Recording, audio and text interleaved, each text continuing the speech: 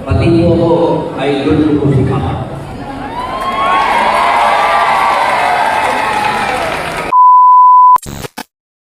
Una po, nandito po tayo para makiramay sapagkat hindi man po kami nagkaroon ng pagkakataon ni Kapitan na magkakilala ng personal, pero isa po siya sa tumutulong sa PDP laban.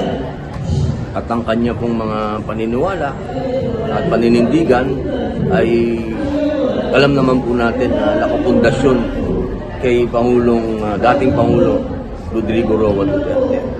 Ang tayo po ay nandito para una makiramay po at ngayon po ang kaarawan ni Kapitan para makiisa po tayo sa ating mga supporter po dito ngayon.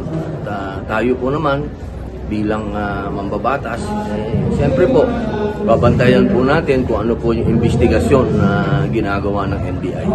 Tayo po ay nakapasa na po ito sa first reading at inaantay na lang po natin ang komite ni Senator JB Ejercito para ito po ay marinig po natin, makita po natin yung public hearing. Thank you, Senator. Maraming salamat po. Opo.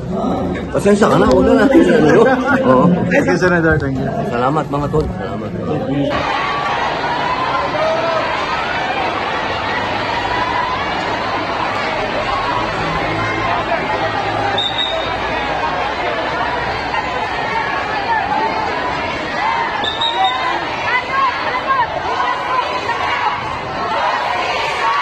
Justicia!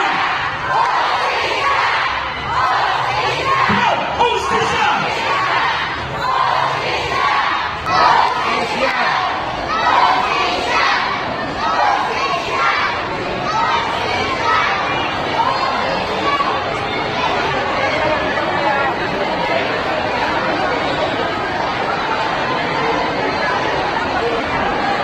Balik kata.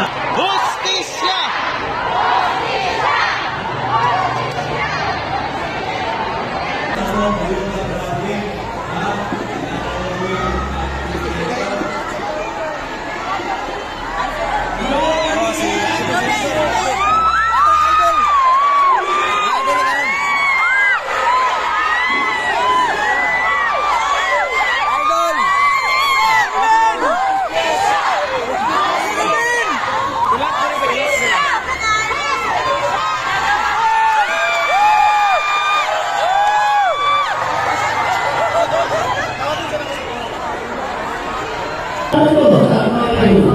Para hindi na lapit sa'yo.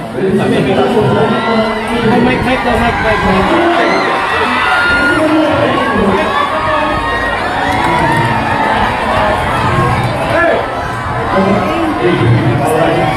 Senator, ito yun. At babati sa amin.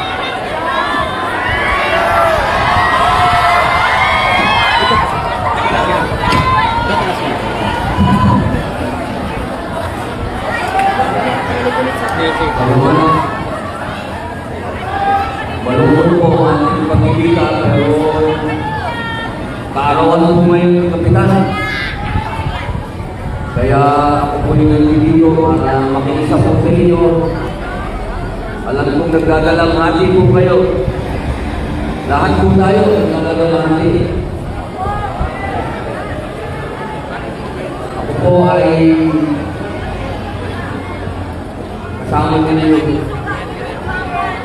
Kami pong lahat kasama po yun. Hindi po po pwede ang isang katulad ni Kapitan na minahal ang taong bayan. Kung sino po yung tinatawag natin na hindi napapansin, mahihirap, yung po ang binigyan ng atensyon ni Kapitan. Kaya hindi lang po kayo ang magiging gulo sa kanya.